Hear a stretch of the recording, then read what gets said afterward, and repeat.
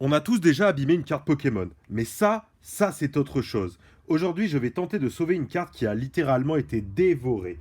Rayures, morsures, dégâts irréversibles, enfin normalement. Bienvenue dans l'une des restaurations les plus extrêmes que j'ai jamais tentées. Nous allons observer les défauts de la carte, et comme vous pouvez le constater au niveau de l'angle en haut à droite, nous avons une grande trace de morsure, et ça se voit aussi très facilement à l'arrière. Waouh! Alors ça, je dirais que c'est probablement un requin tigre qui devait être affamé. Donc je n'ai jamais tenté ce genre de rénovation. Nous allons voir si nous pouvons faire quelque chose. Je vais utiliser les différents outils Clinit, notamment le baume anti-rayures, le spray nettoyant. On va tenter de la mettre dans la box humidificateur. Et comme vous avez pu le constater, il y a un nouvel outil que je vais tester afin de voir si cela peut obtenir un résultat. Donc on a également des défauts. Hop, en bas, voilà, on a des grosses marques assez visibles qui traversent bien la carte. On a une grosse tache noire ici, on a plusieurs petits défauts. Bref, elle est quand même en mauvais état. Alors au niveau de la face arrière, bon, on n'a pas de pliure, on a juste cette grande morsure, quelques petites zones blanchies au niveau des coins. En haut, pareil, probablement dû à la morsure. Ouais. Donc là, écoutez, on va voir ce qu'on peut faire. Je pense qu'on ne pourra pas la rattraper au maximum, mais si déjà on peut retrouver une face avant qui est propre, ça me conviendrait. Hop. Alors, je vais d'abord zoomer afin qu'on puisse mieux voir. Voilà. Et je vais commencer tout simplement par nettoyer la carte avec le spray nettoyant et un applicateur. Hop. Donc je vais mettre 2 pulvérisations. Voilà. Et je vais venir tamponner très légèrement afin déjà de pouvoir un petit peu humidifier la zone. Essayer de nettoyer toutes les vilaines traces qu'elle a.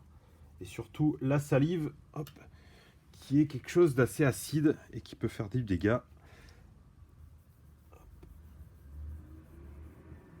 Voilà, donc là je vais bien essuyer ensuite mon spray nettoyant. Et là on peut se rendre compte déjà au niveau de la tache noire qu'elle a pu partir. Donc c'est déjà une bonne chose. Je n'ai pas besoin de frotter fort. Je passe juste le chiffon délicatement. C'est uniquement le produit qui vient agir sur toute la zone. Voilà. Ok. Donc maintenant que le produit a bien été essuyé avec le chiffon, on va pouvoir essayer d'observer un petit peu mieux. Ok. Donc là, on a nos rayures, on a nos défauts. Ce que je vais faire, c'est que je vais lui passer un coup de baume anti-rayures et ensuite on la mettra dans la box humidificateur. Hop. Et on va essayer de la laisser agir quelques jours, hein. Là, il va falloir vraiment que les fibres puissent être bien ramollies. Hop, donc là, je mets mon baume anti-rayures sur toute la surface de la carte en faisant attention de ne pas aller trop au niveau des coins. Voilà, je reste toujours dans l'encadré et j'applique mon produit délicatement avec mon applicateur. Je fais des petits mouvements circulaires. Hop, voilà. Et là, je pense déjà qu'on va pouvoir obtenir une meilleure surface. Voilà. Hop. Alors quand ça arrive, vous voyez, quand on met du produit un petit peu à côté, c'est pas grave. Enlevez juste votre carte, essuyez votre produit. Voilà. Avec le chiffon. Et puis ensuite, venez hop, délicatement nettoyer la carte en faisant attention de ne pas en mettre sur la tranche. Ok. Super. Voilà. Hop. Et là, on s'aperçoit déjà qu'on a une surface qui est un petit peu plus propre.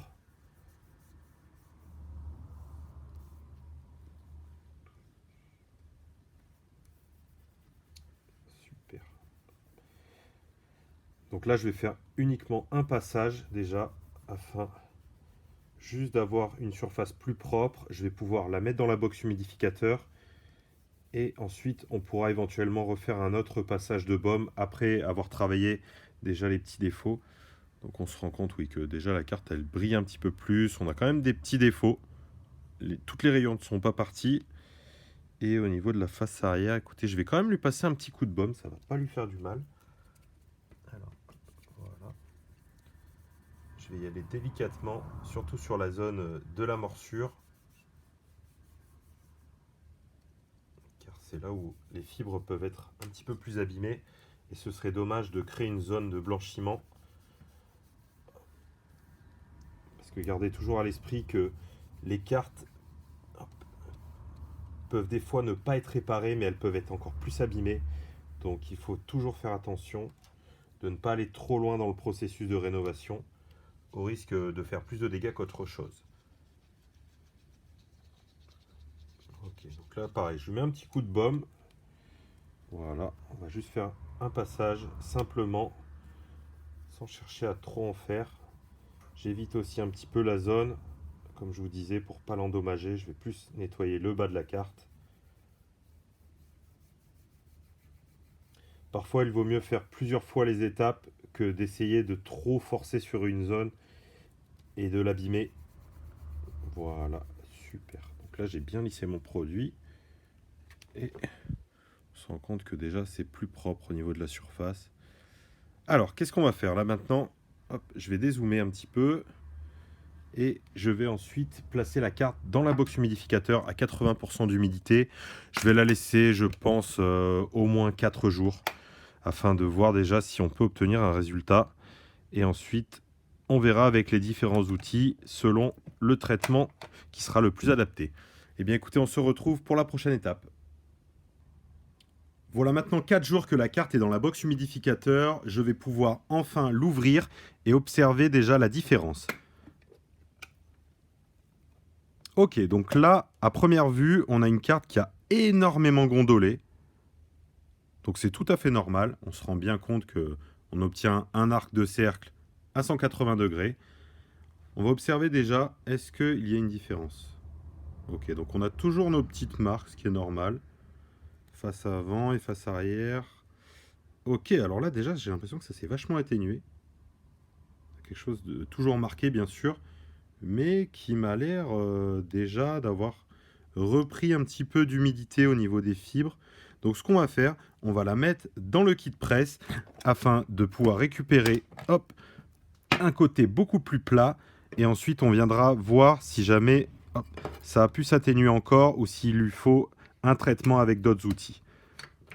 Donc là, la carte est assez malléable. Vous pouvez, hop, en faisant attention, voilà, la placer dans le kit presse. Et hop, donc là, ouais, on se rend compte qu'on a toujours notre marque, hein, évidemment. Et à l'avant, pareil, hop. Eh ben, c'est quelque chose d'assez impressionnant. Donc là, ce qu'on va faire, hop, on va venir mettre les pinces, hop, de part et d'autre, afin de créer une pression équivalente. Voilà, sans trop serrer. Et là, ce que je vais faire, je vais la laisser encore quelques jours. Je vais adapter, je vais voir. Je pense que je vais la laisser au moins 48 heures. On verra, on se retrouve pour la prochaine étape. Ok, nous revoilà dans cette prochaine étape. Alors, je vais être honnête avec vous, j'ai eu pas mal de travail sur d'autres cartes. Donc là, cette carte, je l'ai laissée pendant au moins une semaine.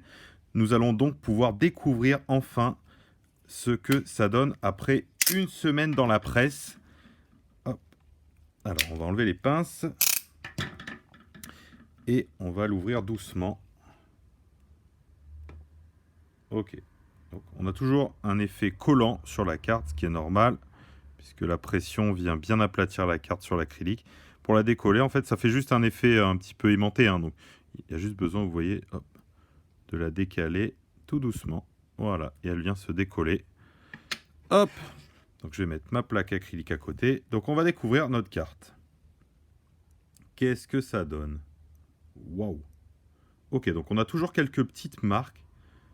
Ce qui est normal, hein, puisqu'on avait quand même pas mal d'enfoncements. Mais je trouve que, waouh, ça l'a bien rattrapé. Ouais. Ah ouais, ça l'a vachement aplati.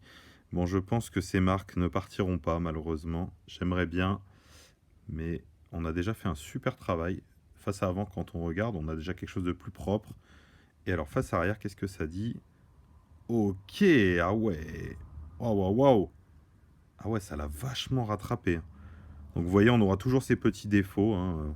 C'est sûr que tous ces petits points font que la carte a été quand même pas mal impactée, mais on a pu reprendre et avoir un bel aspect, notamment pour du classeur.